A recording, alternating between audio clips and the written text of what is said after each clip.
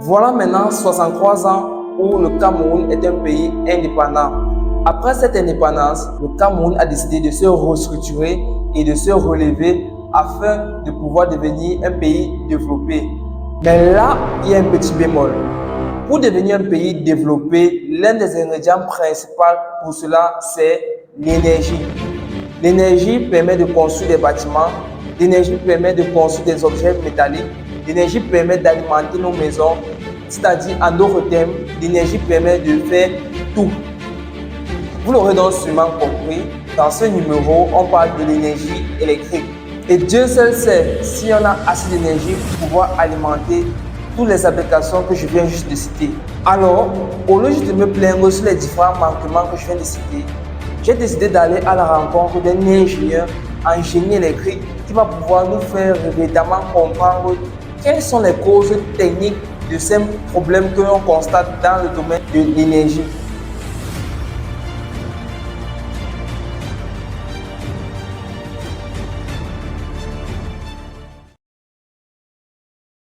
Alors, salut à toi, monsieur Abdou Karimou. Salut, monsieur Rich. Comment tu vas? Je me porte bien, frère ingénieur. Ok, alors déjà, peux-tu te présenter? Bon, déjà, bonjour à tous. Moi, c'est Karim Abdoul. Comme il l'a si bien dit, Rich l'a si bien dit, je suis ingénieur récemment, diplômé à l'École nationale de super polytechnique de Douala et diplômé en filière robotique industrielle à l'axe ingénieur électrique et électromécanique. Donc, actuellement, je suis en test au poste de responsable de production à la centrale hydroélectrique de Niki. Ok. Avec j'espère répondre aux questions du grand Rich durant cette interview. Alors, s'il te plaît, quel est le nom de l'entreprise dans laquelle tu travailles actuellement? Hygromaking. Hygromaking. Hygromaking est une entreprise du secteur de la production d'énergie électrique. Ils ont une capacité de 15 MW. Ils sont dans le département de Djaï Lobo, la région du Sud, Cameroun. Ils ont pour mission première la fourniture de l'énergie électrique dans ce département, suivant un mode de fonctionnement bien connu qui est le mode séparé. Mais après, Hygromaking a la possibilité d'injecter son énergie dans un réseau interconnecté sur Cameroun. Donc, c'est un peu ça que Hygromaking fait. Et moi, en tant que responsable de production, j'ai pour mission première d'assurer la continuité de la production de cette énergie. Ah, ok, d'accord. Alors, on a constaté récemment, ou même bien, peut-être quelque chose qui se passait bien avant, on a constaté les délestages électriques qui se déroulent de façon récurrente, surtout dans la ville de Douala où moi je suis, et également dans les autres villes du Cameroun. Alors, selon toi, quelle peut être la cause véritable de ces différents soucis techniques en termes d'électricité? Ça se justifie.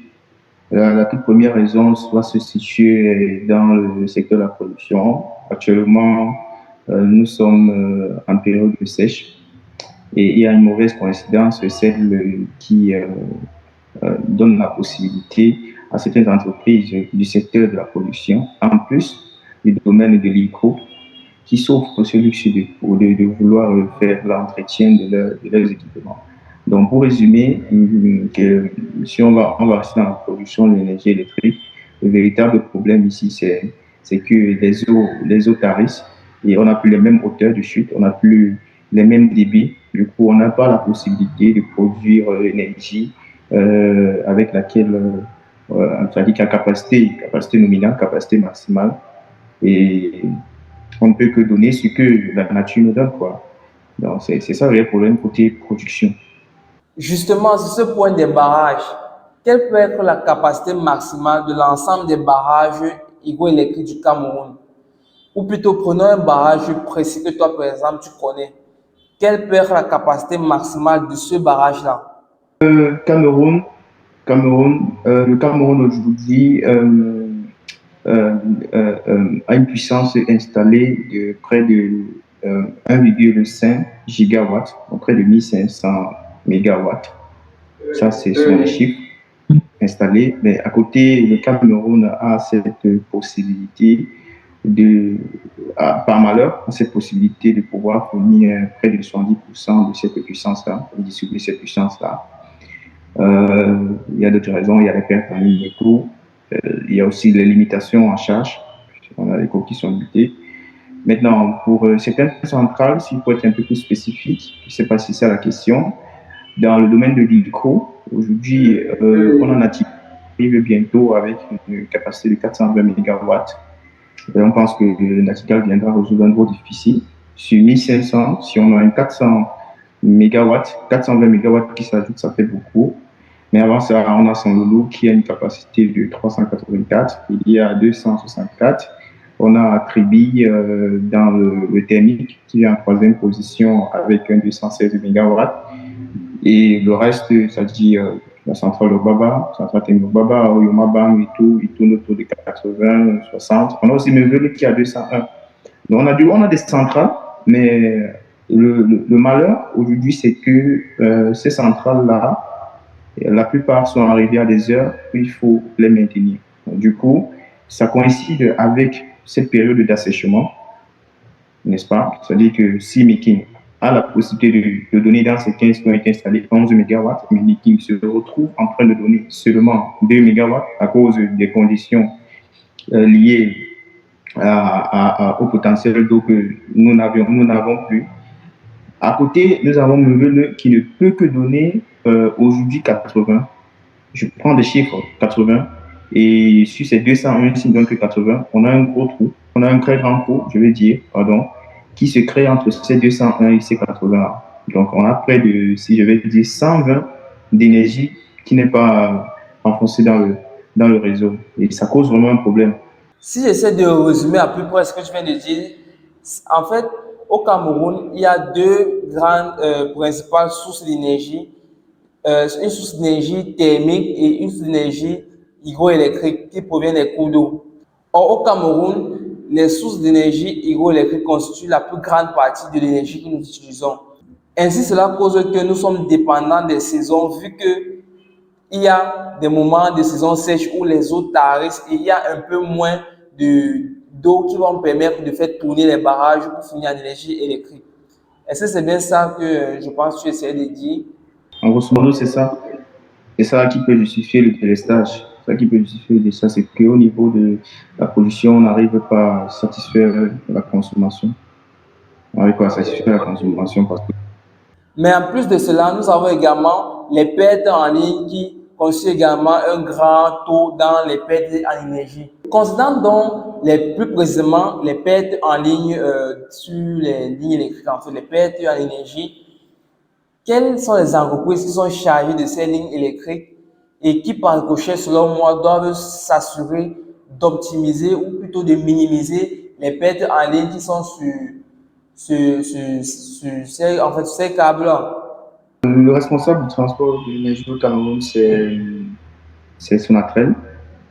Et il a certainement tous ses arsenals pour essayer de réduire. Mais de façon technologique, pour essayer de réduire les pertes, ce qu'on fait, c'est que on va diminuer le courant parce que les pertes sont en fonction d'un courant au carré. On va diminuer le courant électrique et on va élever, en fonction de la distance sur laquelle on veut évacuer l'énergie, on va élever la tension et on va la transporter. Maintenant, il y a des pertes qu'on ne peut pas, on ne peut pas avoir perte égale à zéro. Donc, du coup, on est forcé à avoir ces pertes-là.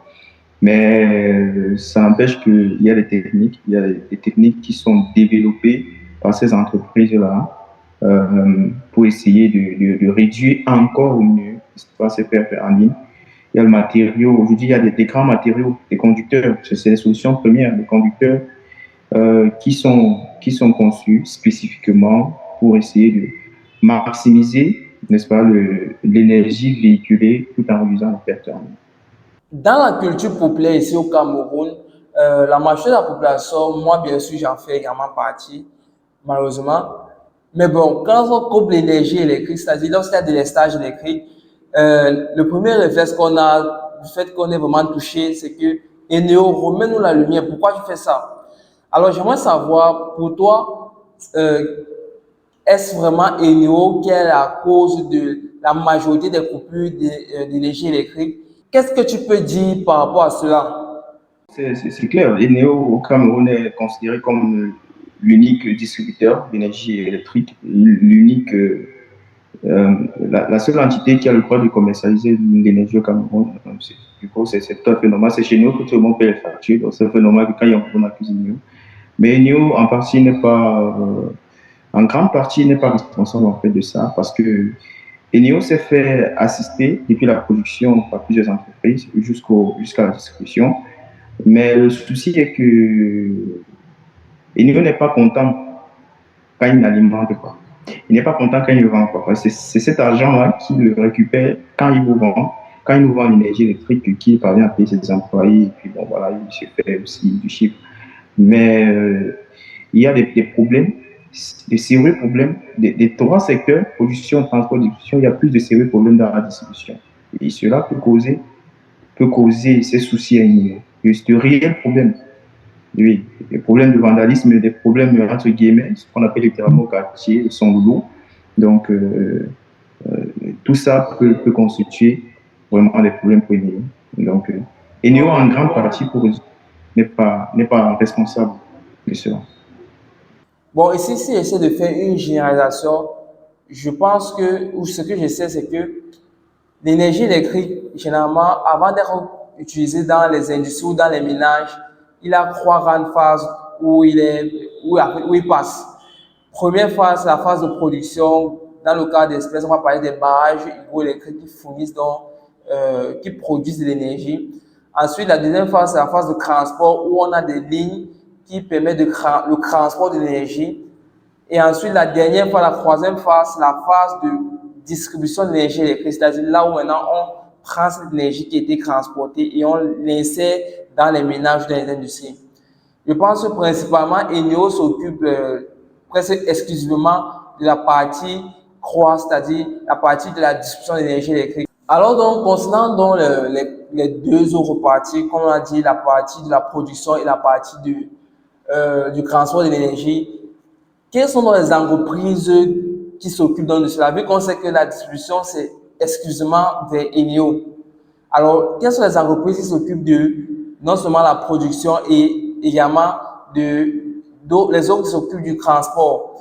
Déjà que tu as dit tout à l'heure que Socranel fait partie des entreprises qui s'occupent du transport. Est-ce qu'il y en a d'autres et si oui, lesquelles? Du secteur de la transformation, en réalité, son attrait demeure jusqu'à présent le seul. Elle est la seule entreprise, je vais dire. Dans la production, ils sont nombreux. Il n'y a pas qu'Eneo. Il y a Eneo, il y a EDC, il y a EDF, il y a Hydro-Making qui lui, il est totalement seul. Donc, ils sont nombreux. Il y a la Banque mondiale. Il y a beaucoup. Et ils sont nombreux, en fait, qui sont responsables de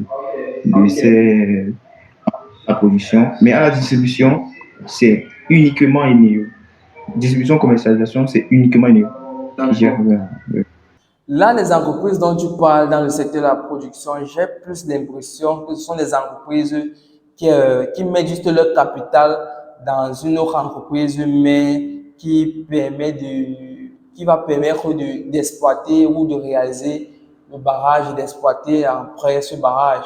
Parce qu'en fait, les noms qui ont été cités, bon, que tu as cités, j'ai l'impression que ce sont les noms qui renvoient plus à des personnes qui mettent le capital. Par exemple, les entreprises comme, quand tu as dit Banque mondiale, bon, Banque mondiale, je pense que ce sont des organismes qui mettent leurs capitaux dans des entreprises pour insuffler peut-être une construction ou un développement. C'est ça, ils considèrent là comme étant une forme d'actionneur. Oui, actionnaire jusqu'à retour d'investissement. On va dire ça comme ça. Juste ce qui est en cours, doucement. Exactement. Tout à l'heure, on a parlé des différents types d'énergie les plus utilisés au Cameroun qui fournissent l'énergie électrique. On a parlé de l'énergie thermique et l'énergie hydroélectrique. Alors, l'énergie hydroélectrique, étant celui qui est le plus prépondérant pour nos écosystèmes énergétiques, est-ce que ça ne cause pas d'un problème qu'il dépend des saisons? Vu que en fonction des saisons, il y a plus ou moins d'eau dans les cours d'eau, donc plus ou moins les barrages travaillent pas de façon constante, ce qui dessert donc, qui fait en sorte qu'on n'arrive pas bien à desservir l'électricité au niveau des entreprises, au niveau des ménages. Alors, n'y a-t-il pas une solution alternative, par exemple, que on est en train de vouloir utiliser au Cameroun ou bien ou qu'on peut penser utiliser pour le futur? Je ne vais pas vous mentir, la seule véritable énergie qui nous coûte moins cher, c'est l'énergie hydraulique. C'est l'hydro. Et c'est l'énergie, euh, dans tous les sens, la plus fiable. Je pèse mes mots. Donc, quand je dis l'hydraulique, c'est qu'aujourd'hui, on a la Sanaga qui a été, on a mesuré le potentiel de la Sanaga. Et la Sanaga regorge près de 12 000 mégawatts. Donc, on a 12 gigawatts, en fait, que la Sanaga peut nous fournir. Et on a des barrages qui ont été conçus, un peu comme l'Ompanga, qui devaient venir résoudre un problème d'eau. Justement, si on est en période de sèche et qu'on n'a pas d'eau, c'est un problème. On a donc créé le projet Lompanga qui avait pour but de pouvoir vraiment nous retenir de l'eau lors des saisons de pluie, les saisons de pluie, et maintenant pendant les saisons de sèche, nous alimenter en eau pour qu'on ne ressente pas en fait cette différence-là. Mais on a un Lompanga qui a été construit et qui fait faute en fait. Donc je voulais faire cette parenthèse-là. Donc l'IGO reste l'énergie fiable.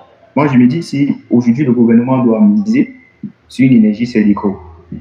Bon, à côté, le thermique, oui, mais le thermique aussi a ses conséquences. Il a une durée de vie plus petite, c'est une énergie plus chère, donc, et il pollue aussi l'atmosphère. Donc, par rapport à... Justement, sur ce point-là, lorsqu'on regarde les pays développés ou les pays en voie de développement, on se rend bien compte que les énergies les plus utilisées sont notamment l'énergie nucléaire, l'énergie thermique provenant des centrales à charbon, les centrales à gaz et bien d'autres.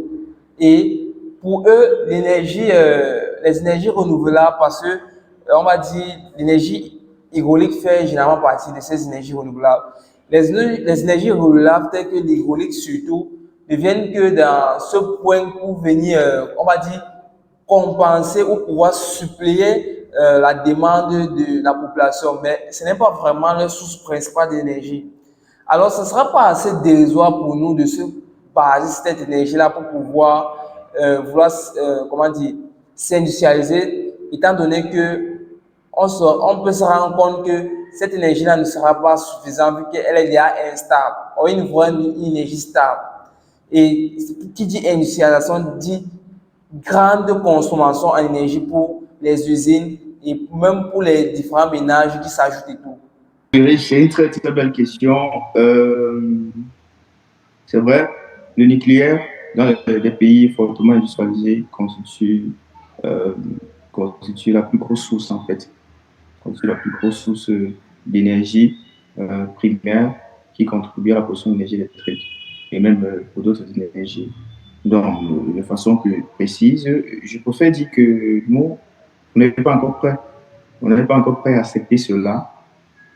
Il faut vraiment le noter. On n'est pas encore prêt à vivre avec du nucléaire. On a tellement de contraintes. Donc, on ne peut pas se comparer à cela pour le moment.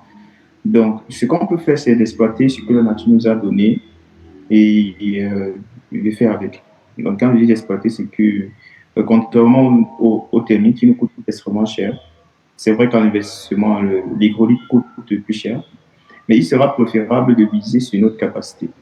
Parce que, avec des chiffres, la Sanaga, aujourd'hui, est un fleuve qui tourne, qui regorge une capacité approximative de 12 000 mégawatts.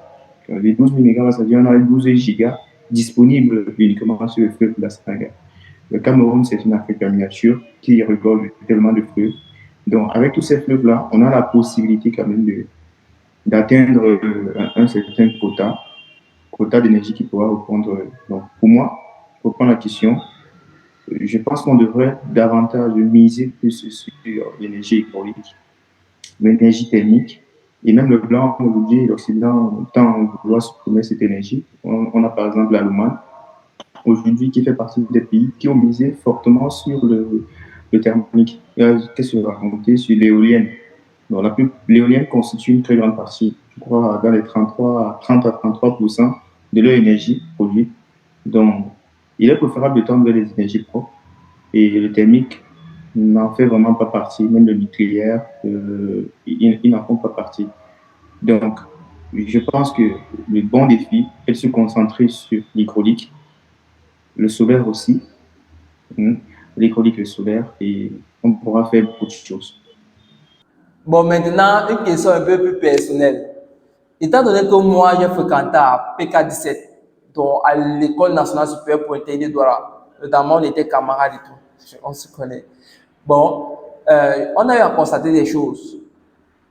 On se rend compte que lorsqu'il y a délestage général, ou même lorsqu'il n'y a pas de délestage général, c'est la zone où il y a les étudiants, où les étudiants vivent, ou plutôt les étudiants travaillent encore, qui est la plus délestée, c'est-à-dire où il y a le plus de manque d'énergie électrique. Et cela se déroule de façon récurrente. Je prends un exemple simple. Cette semaine ou la semaine passée, on m'a dit, ce début de semaine, il y a eu un problème d'orage, où on m'a dit des vents forts. Avant même cela, on avait déjà coupé la lumière dans la zone de PK17 où il y a donc UNSPD. Et c'est à peu près de 3 à 4 jours qu'on a dit que l'électricité est revenue. C'est-à-dire qu'il y a eu l'électricité est revenue en fait. Alors je me demande, quand je vois les zones qui sont autour, notamment Makepe, Lokpom, Lokbessou, qui par contre chez eux, l'électricité n'a fait que peut-être un jour, au gros 2 jours, je me demande, mais quelles sont les priorités finalement de ces entreprises qui sont la cause du délestage ou qui plutôt qui ont le droit d'orienter les zones qui doivent être délestées ou non. Vu que quoi? Vu que les zones où il y a les étudiants sont les zones où, qui doivent normalement pour moi être priorisées car ce sont les futurs, on va dire, les futurs élites de la nation. C'est-à-dire qu'ils doivent franchement être mis dans un cadre qui permette qu'ils puissent mettre en avant le plus haut potentiel qu'ils ont. Mais par contre, je constate que ce n'est pas le cas dans la réalité. Alors, selon toi, quelle peut être la cause de cette priorisation plutôt des zones qui sont plus commerciales, on va dire, ou qui sont plus résidentielles par rapport aux zones de connaissance? Monsieur Rich, le délestage dans ces zones-là se justifie par le simple fait que je vais avoir dit d'entrée de jeu qu'ils ne sont pas contents de vous couper la lumière. Donc, il y a ça. Ils ne sont pas contents parce que c'est un manque à gagner. Maintenant, à côté, il se constitue une priorité. Normalement, ils ne devraient pas l'avoir parce que nous sommes quand même le futur de demain. Donc, ils ne devraient pas avoir une priorité pour ces zones étudiantines. Mais malheureusement, ces zones étudiantines coïncident avec des zones à quartier, entre guillemets, comme on appelle le quartier difficile en fait, des zones difficiles. Et dans ces zones-là, on a des particuliers qui décident de devenir des producteurs dans leur zone. C'est-à-dire que quelqu'un pique, il s'abonne chez Eneo et il fait une déclaration, par exemple, qu'il veut, je vais dire n'importe quoi, un 100 kW, que ça, c'est sa taille qu'il a décidé. Mais derrière, il alimente ses voisins. Il y a d'autres qui se branchent directement sur la ligne. Donc, Eneo, lui, derrière, n'a pas ce contrôle, en fait, de ces fluctuations d'énergie. Donc, ce qu'il fait, c'est qu'il s'est dit que dans ces zones-là, comme on n'a pas la maîtrise totale, je préfère que quand il y a un déficit d'énergie, je vends mon énergie à celui qui va me donner l'argent direct. Et ces clients-là, ce sont les entreprises. Ce sont ceux-là qui sont dans les quartiers dits au luxe, vraiment un luxe un peu comme à Bonadio et tout, les quartiers administratifs. Donc ceux-là, ils ont pour habitude de payer et être réglo avec Eneo. Eneo, donc, lui, à sa posture, il dit qu'il préfère que quand il y a un souci d'énergie, je préfère prioriser ces zones-ci que d'autres zones. Donc, c'est malheureusement ces raisons qui font en sorte que d'autres zones sont priorisées par rapport aux autres. Donc, je ne sais pas si on comprend pour moi la question. Pour acheter un truc techniquement, il faut comprendre, il faut aussi avouer que le surplus, le surplus que Enio ne contrôle pas constitue un problème pour les équipements de Neo. De façon un peu plus technique, constitue un problème pour les équipements de Neo et, et, et ça foire en fait ces équipements. Et les équipements les plus concernés par ce problème-là sont les transformateurs et les lignes de transport. Donc du coup, Enio dit, je préfère, quand j'ai un problème de souci d'énergie, me délester la zone des quartiers difficiles comme PK17, euh, euh, de longueur et autres aussi. Donc, je ne sais pas. C'est un peu ça la logique de l'idée. C'est un peu ça la logique de l'idée.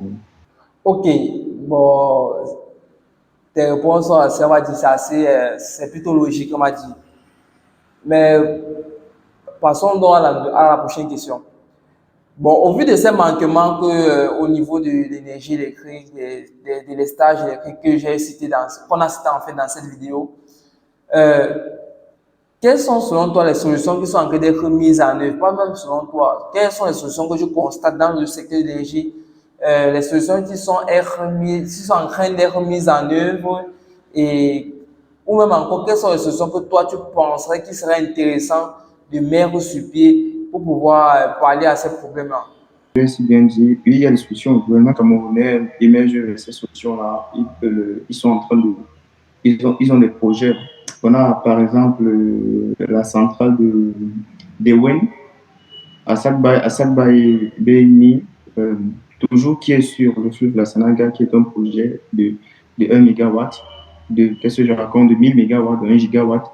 On a ces projets-là en fait. Mais attends, dans ce raisonnement, il y a un petit problème.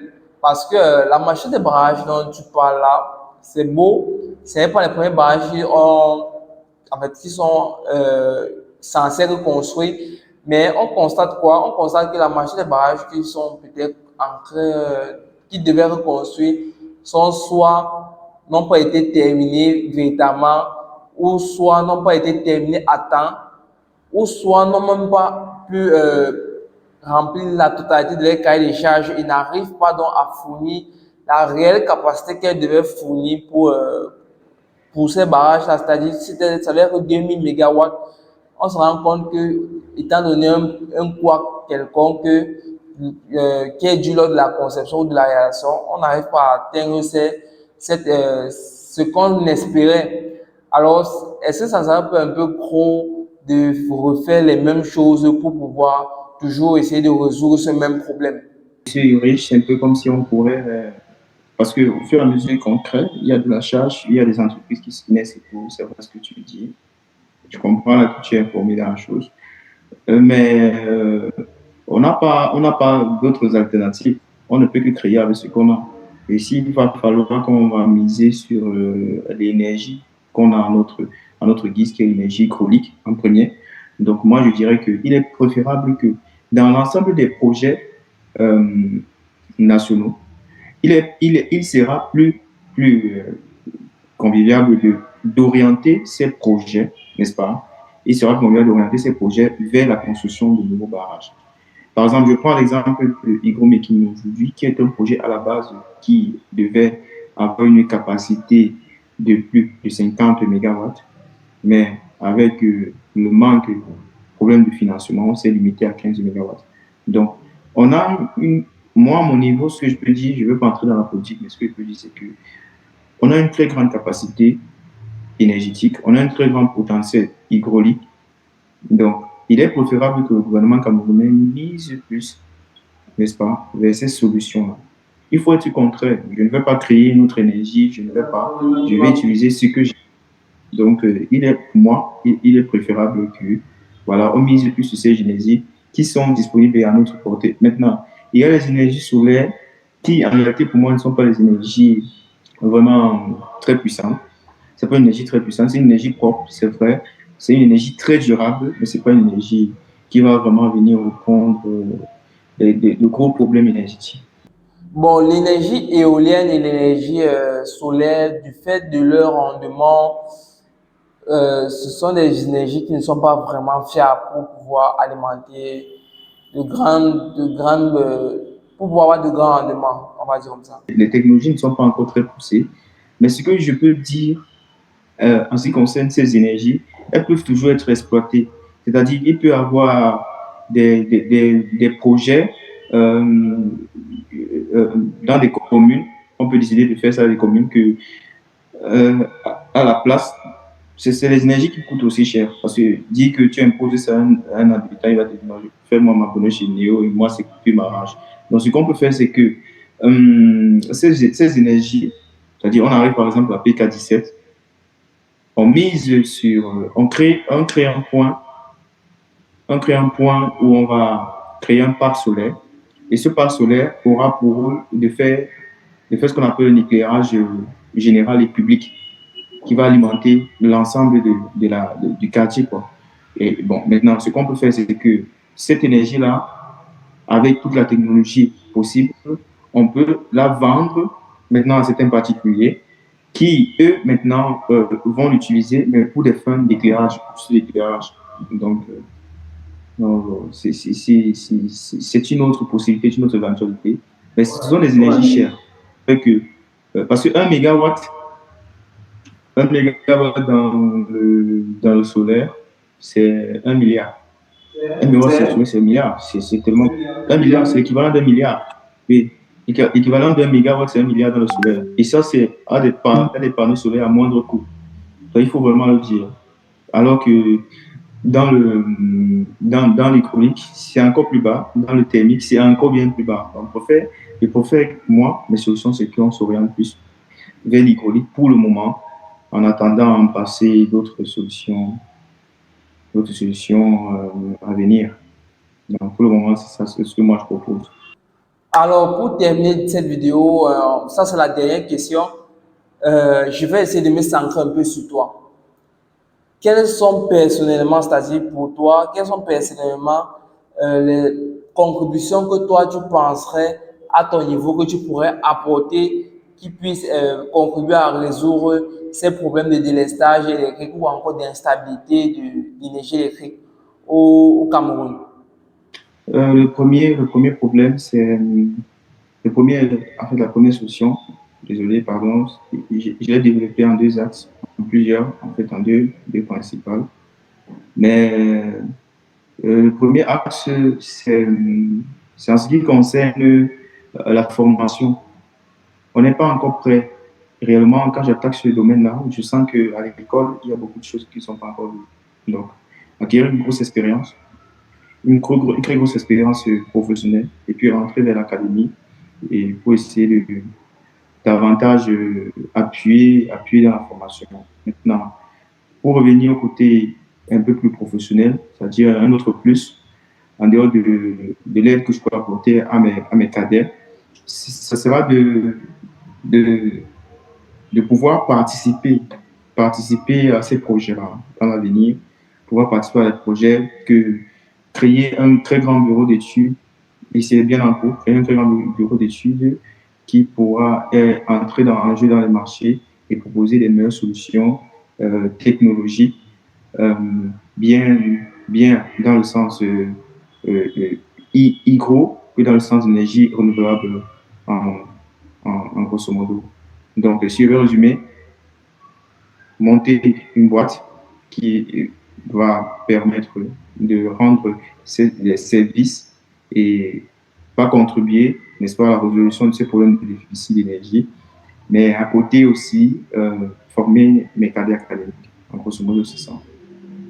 Ok. Et bon, pour ceux qui regardent cette vidéo avec entrain et qui aimeraient donc continuer à te suivre dans ton aventure sur tes différents postes de savoir sur l'ingénierie électrique et autres, comment pourront-ils faire pour pouvoir te suivre? Un compte LinkedIn au nom de Karim Wakou. J'ai fait de façon récurrente des publications sur l'énergie électrique au Cameroun. Je préfère m'intéresser au Cameroun, les problèmes que nous rencontrons, les différents défis et les solutions éventuelles que nous pouvons opter pour essayer de parler à ces problèmes-là.